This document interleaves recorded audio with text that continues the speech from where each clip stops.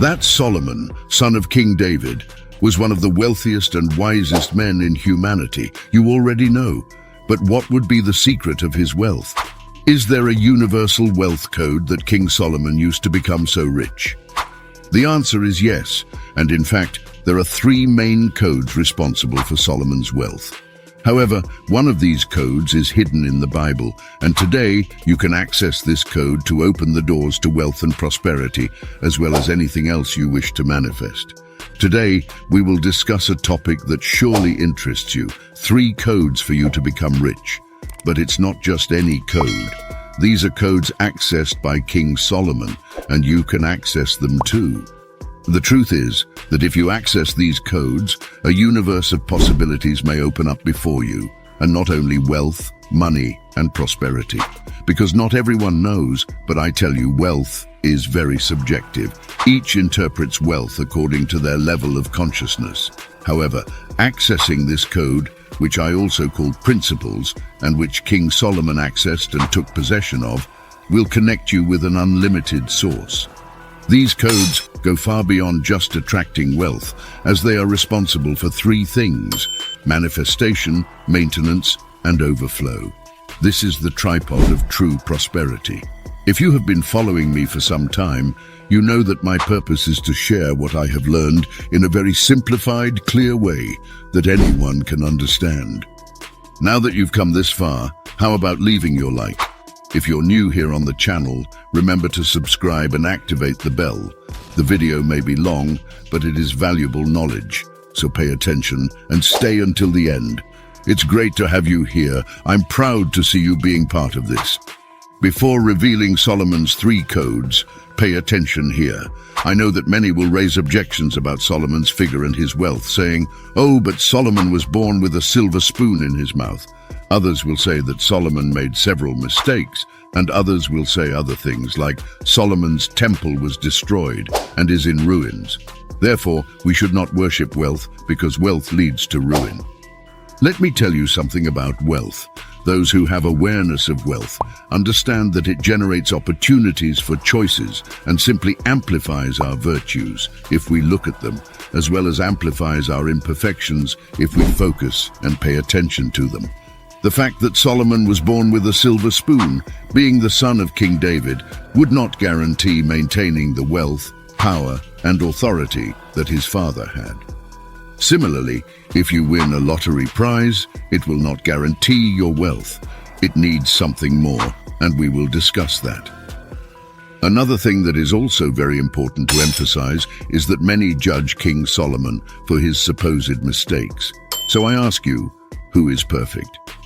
The big problem is that people seek perfection, idolize politicians, celebrities, artists, religious leaders, and when they discover the mistakes of these people, they become disappointed and simply condemn them for their imperfections or mistakes and not for their virtues. Note that getting rich will not guarantee your eternal wealth, but if you take possession and use eternal principles that never die, then you can manifest, maintain, and share wealth.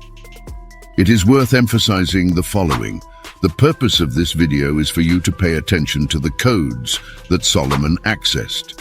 My interest is by no means to impose any religious idea about what I believe and what I don't believe, or any idea whatsoever.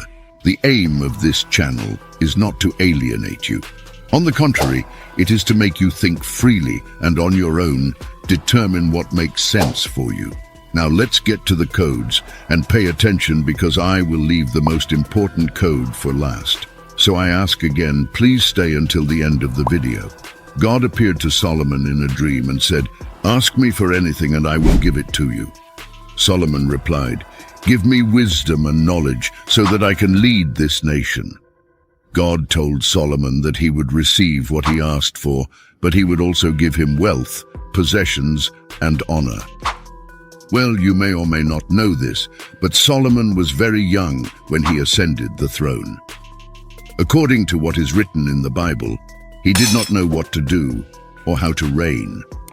What Solomon asked of God was wisdom and discernment to be able to govern his people, even though he possessed great wealth and was the heir of King David, who was very loved by his people. Solomon understood that wealth alone was not enough to maintain the reign and authority that his father had left him. Here, we enter the first code that Solomon accessed and took possession of, which is wisdom to govern. We can clearly see through Solomon's life that to maintain wealth alone would not suffice. To govern, maintain his wealth, and multiply it as he did in his years of reign, greed had to give way to discernment. Solomon wrote in Proverbs chapter 16, verse 16, "How much better to get wisdom than gold, to get insight rather than silver." In chapter 17, verse 16, he adds, "Of what use is money in the hand of a fool, since he has no desire to get wisdom?" Your greatest desire should not be for wealth. Your greatest desire should be for wisdom, and more than that, to continually acquire more wisdom. Wisdom and discernment will be responsible for manifesting, maintaining, and multiplying wealth, as well as being respected by the world around you. Let me tell you something, wealth is already available to you, but you need to be mentally prepared to see it and truly manifest it in your life. You can work on your mindset to receive it. Well, the second code of Solomon to get rich is about taking possession. This means taking action. Pay close attention now. Lazy hands make for poverty, but diligent hands bring wealth. It is of no use to acquire wisdom if you do not use that wisdom to your advantage and take action. Tell me, do you really think Solomon simply received a download of wisdom from above, or did God gift him with opportunities so that he could take possession of wisdom and thus be considered the wisest king of his time? What do you think about it? Share your opinion in the comments section. Look, let me tell you something. I do believe that we can indeed have a certain connection with infinite wisdom. We'll discuss more about this in code number 3. However, this wisdom is only true wisdom when we put it into practice. Otherwise, it's just knowledge. Living in the age of knowledge, where everything we want is at our fingertips, we know that excess knowledge becomes an overdose if we don't put it into practice. It's pointless to take a course or read a book about investment from a wealthy author if we don't take action or implement what the author is teaching. In every effort, there is gain, but merely staying in words leads to poverty. Wisdom is only wisdom when we put it into practice. Is it clear? I hope so. Leaving aside what Solomon taught and entering into the ask, believe, and receive that Jesus taught, I need to open your eyes. Most people who start studying the law of attraction, metaphysics, new thought, and positive thinking think that receiving is simply meditating and waiting for the best. At first, I thought the same way, and of course, I'm not suggesting thinking about the worst. But understand something. Receiving, as taught by Jesus, means taking possession of what is yours. The verb receive in Latin means to take back or to take possession of. But how do you take it back? Pay attention. Taking it back is accessing in the physical plane what has already been clearly manifested in your mind. I won't go into details today about this topic to avoid making the video too long. But for our conversation to be beneficial today, take what was said with care. Receiving and taking possession is taking action, putting into practice the acquired knowledge, as well as the ideas coming from your clear intention. Believe me, when you have a clear intention and use the next code, code number 3, which I'll reveal with action, things simply happen. Returning to Solomon's example when he asked for wisdom, it's interesting to note, after the conversation between God and Solomon in a dream, when God said he would give Solomon not only wisdom and discernment, but also wealth and fame, something happens in the first book of Kings, in chapter 3 and verse 16 onward, putting into action the wisdom that Solomon asked God for, not just being a download. At least I believe it's not simply a download. You probably already know this story, but if you don't, it's quite interesting. One day, 2 prostitutes appeared before the king. One of them said, "Oh my lord, this woman and I live in the same house. I gave birth to a son, and she was with me in the house 3 days after my son was born. This woman also gave birth to a son. We were alone. There was no one else in the house. One night, this woman lay on her son, and he died. Then she got up in the middle of the night and took my son while I was asleep and placed him next to her, putting her dead son beside me. When I woke up early to nurse my son, he was dead. But when I examined him closely in the morning, I saw that he was not the son I had given birth to.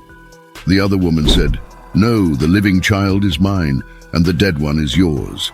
But the first insisted, "No, the dead child is yours, and the living one is mine." So they argued before the king. Then the king commanded, "Bring me a sword and cut the living child in half, giving half to one woman and half to the other." The mother of the living child, moved by maternal compassion, cried out, "Please, my lord, give the living child to her, do not kill him." The other woman, however, said, "It shall be neither mine nor yours. Cut it in half." Then King Solomon rendered his verdict. "Do not kill the child. Give him to the first woman. She is his mother." When all Israel heard the king's verdict, they respected him deeply, seeing that the wisdom of God was in him to administer justice. Pay attention to the last sentence of this passage. When all Israel heard the king's verdict, they respected him deeply, seeing that the wisdom of God was in him to administer justice.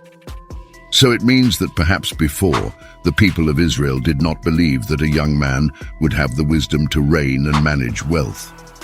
Solomon had to prove this by exercising his role as king, and more than that, putting the acquired wisdom into action.